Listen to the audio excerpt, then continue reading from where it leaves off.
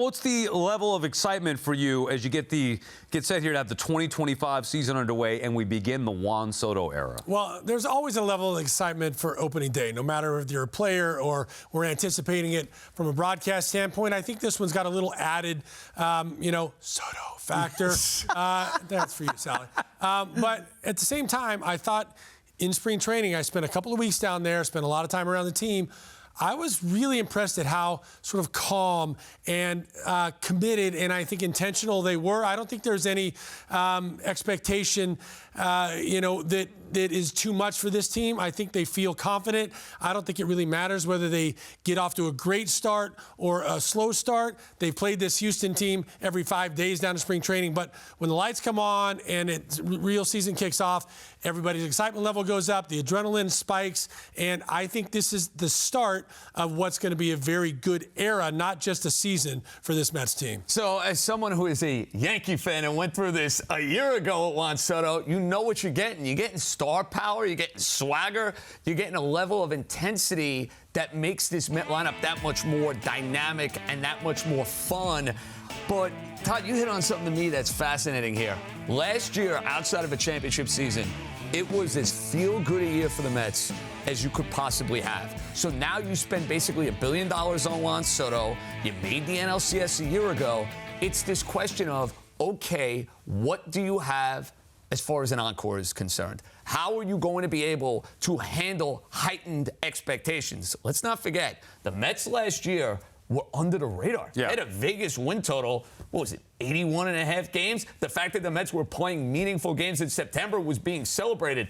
That is not going to be the case this year. So I like the idea that you go and get a megastar. Everybody knows what they're getting themselves into. And it's the idea of maintaining the sort of baseball and fun, quite frankly, Sal, that we saw from basically early June until October. And I'd rather this. Last year was the under-promise, over-deliver, which was fun, but now it's real. Now this team has a legitimate chance to go out there and win a World Series, led by the superstar Juan Soto. Let's make the call to the bullpen and welcome in Jim Duquette. Duke, how excited are you for the Juan Soto era?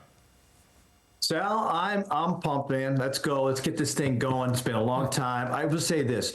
Very few players can match the hype and can match the expectations, and Juan Soto's one of them. That's what I'm pumped about and excited about because, a year ago, the Dodgers signed the biggest impactful guy in Shohei Ohtani, and then all he did is go out and get the MVP award. And there's a lot of expectation around Soto if he can help carry them, and there's going to be plenty of others, as we know. It helps them, get to where they want to go. Juan Soto has a really good chance of being the MVP if all of that happens because of the star power, because of his ability to deliver.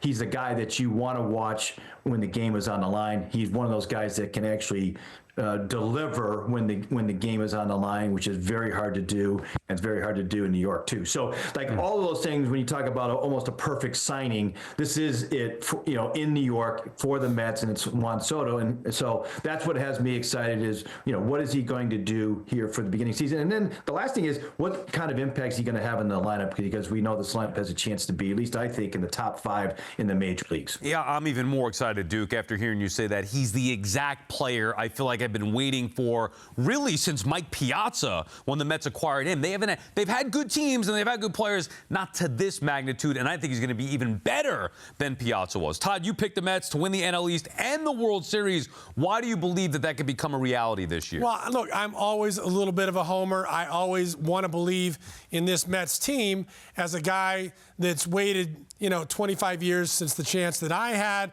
and this city's been waiting a long time, even more than that. So I think they've built the team. You saw, as JG was talking about, the momentum that they carried from last season. It was legitimate. They were the best team in baseball after the end of May.